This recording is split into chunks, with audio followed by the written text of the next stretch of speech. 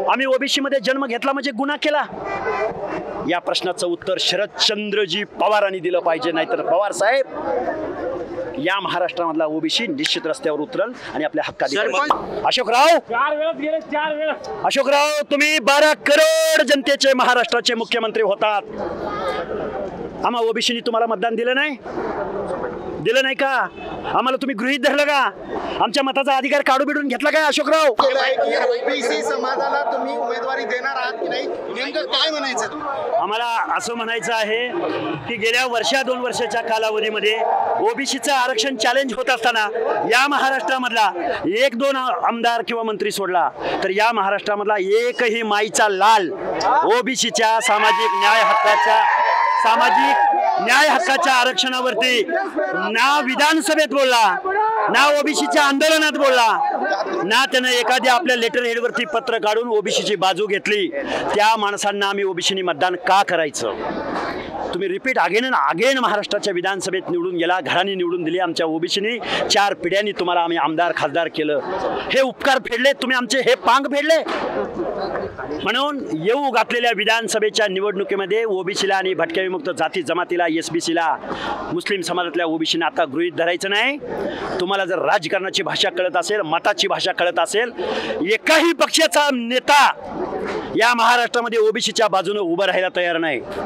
हा फुले शाहू आंबेडकरांचा महाराष्ट्र आहे. अरे आम्ही ओबीसी मध्ये जन्म घेतला म्हणून गुन्हा केला का? आमच्या हातात असतं तर आम्ही पण 96 कुळ्यामध्ये जन्म घेतला असता रे. आम्ही पण क्षत्रियत्वामध्ये जन्म घेतला असता. आमच्या पिढ्यांनी शेकडो वर्ष सामाजिक मागासले पण नाकारलंय, अपमान नाकारला इथल्या व्यवस्थेमध्ये. त्या संविधानानं आम्हाला माणुसकीच्या भावनेतनं, हेही या देशाचे नागरिक आहेत, सामाजिक न्याय यांना सुद्धा भेटला पाहिजे म्हणून रिझर्वेशन पॉलिसी प्रतिनिधित्वासाठी दिल्या. तुम्हाला सांगितलं कोणी की गरिबी हटावसाठी हे रिझर्वेशन पॉलिसी आहे म्हणून? संविधानाचा गैरअर्थ काढायच्या भानगडीत तुम्ही पडू नका, हे आमचं इथल्या राज्यकर्त्यांना सांगणं आहे. आपण स्पष्टपणे म्हटलं की सर्व पक्षाच्या नेत्यांना आव्हान आहे की ओबीसीला उमेदवारी देणार की नाही, त्यांनी स्पष्ट करावं. कोणत्या पक्षाने? जो पक्ष या महाराष्ट्रामध्ये सर्वात जास्त ओबीसीच्या विचारांच्या माणसांना आम्ही सांगू त्या माणसांना उमेदवारी देईल, त्या पक्षाला इथला ओबीसी मतदान करेल. आम्ही सांगेल त्या. नाहीतर सत्तेतले पक्ष पुन्हा ड्रायव्हरला तिकीट दे, काय बोलतोय ऐका, पुन्हा सांग कमी आणि मान डोलवणाऱ्याला जर तिकीट देणार असतील तर ओबीसी अजिबात ही चालू देणार नाही. कोणत्याही पक्षानं अशी भूमिका घेतली नाही, स्पष्ट केलं नाही निवडणुकांना अगोदर की आम्ही ओबीसीला देणार, तर मग तुम्ही ओबीसी तर्फे उमेदवार उभं टाकणार का? जसं जरांगे पाटील स्पष्टपणे सांगतात की आम्ही मराठीचे उमेदवार देणार. आम्ही ओबीसीचे उमेदवार देणार आणि ओबीसीच्या हक्क अधिकाराची भाषा बोलणारी माणसं या महाराष्ट्राच्या विधानसभेत पाठवणार. महाराष्ट्र कोणाच्या बापाची मक्तेदारी नाही, तर 18 पगड जातीच्या छत्रपती शिवरायांच्या रयतेचं राज्य हे आम्ही येऊ घातलेल्या विधानसभेच्या निवडणुकीत निश्चित दाखवू. सरपंच सुद्धा होऊ देणार नाही असं तुम्ही सांगितलेलं आहे. शरद पवारांना जर ओबीसीचं दुःख कळालं असतं तर ते 2-4 वेळा देशाचे पंतप्रधान झाले असते असं म्हटलं. आपण काय म्हणाल? निश्चित पवार साहेब, तुम्ही फुले शाहू आंबेडकरांचं उठसूट नाव घेता. तुमच्या घरामध्ये किती आमदार खासदार उपमुख्यमंत्री आहेत? या प्रश्नाचं उत्तर पवार साहेबांनी द्यावं. 7-8 महिन्यापासून तुम्ही या ओबीसीच्या आरक्षणावर शब्द बोलायला तयार नाही. तुम्ही लोकसभेमध्ये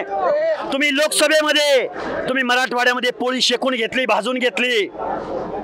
जर माझ्या ओबीसी मधला एखादा मायक्रो घटक असेल आणि त्याला निवडणुकीमध्ये त्याचं उपद्रव मूल्य दाखवता येत नसेल तर त्याचं आरक्षण काढून घेणार पवार साहेब तुम्ही? अरे आमचं अंतकरण पवार साहेब तुम्हाला कळलं असतं तर तुम्ही या देशाचे खरोखर 4 वेळा पंतप्रधान झाला असता. अरे दिल्लीवरती लढायचं सोडलं तुम्ही आणि आमच्या 18 पगड जातीच्या मागासवर्गीयाच्या आरक्षणामध्ये घुसायला लागलाय. 96 कुळी म्हणून आमच्या ओबीसीच्या मनामध्ये न्यूनगंडाची भावना निर्माण करताय.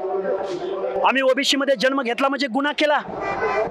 या प्रश्नाचं उत्तर शरदचंद्रजी पवारांनी दिलं पाहिजे, नाहीतर पवार साहेब या महाराष्ट्रामधला ओबीसी निश्चित रस्त्यावर उतरल आणि आपल्या हक्काधिकार. सरपंच सुद्धा होऊ देणार नाही असं तुम्ही सांगितलेलं आहे. इशारा नेमका कोणाला आहे? सगळ्यांना. ज्या माणसाने आमची बाजू घेतली नाही त्या सगळ्या माणसांना हा इशारा आहे आमचा. अरे 60% लोक एकत्र आल्यावर कुठल्या लोकशाहीमध्ये तुम्ही कुठे टिकणार आहात? 60% लोक 60 आणि परत दलित बांधव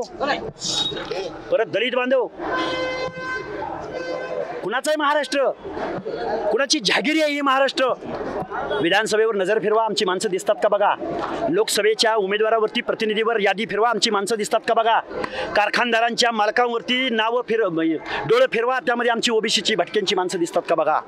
DCC बँकांचे अध्यक्ष, त्याच्यामध्ये आमचा एखादा ओबीसी भटका दिसतोय का बघा.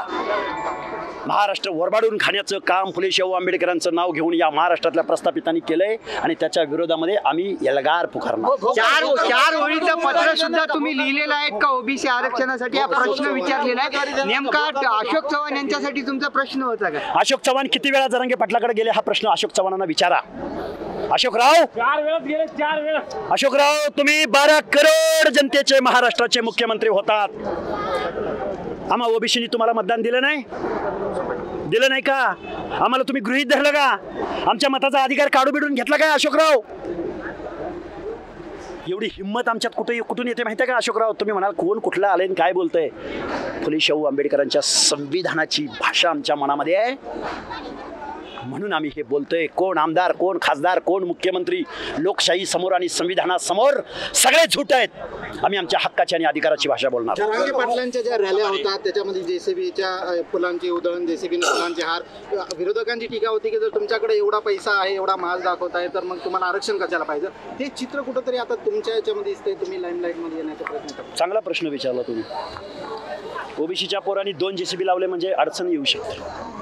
ओबीसीच्या पोरांनी एखादं आंदोलन घेतलं की अडचण येऊ शकते. पण ओबीसीची पोरं आत्महत्या करतायत, ओबीसीच्या पोरांना नोकऱ्या लागत नाहीत. त्या माणसांच्या मनात ऊर्जा द्यायची कशी? बाबासाहेबांनी हक्क अधिकार दिले आणि तुम्ही हे माणूस आहात आणि तुम्हाला राज्यकर्ती जमात बनलं पाहिजे म्हणून सांगितलं. मी माझ्या पोरांच्या मनामध्ये विश्वास कसा निर्माण करू? जशाच तसं उत्तर ज्यावेळी देण्याची भाषा या महाराष्ट्रात होईल त्याच वेळी जरांगेसारखा माणूस, ज्याला संविधान, गरजवंत, शोषित, वंचित, बलुता, आलुता, शिवरायांची रयत माहीत नाही, त्या माणसाला तुम्ही पायगड्या घालता. लोकनियुक्त माणसं. अशोकराव चव्हाण, लाज वाटली आम्हाला. तुम्ही 4 वेळा जरांग्याकडे जाता आणि ओबीसीच्या या हिमायतनगरमध्ये उपोषणाला बसलेल्या माणसाकडे एकदाही तुम्ही त्याची विचारपूस करत नाही. खेदानं व्यक्त करावं असं वाटतं हे मत सगळं.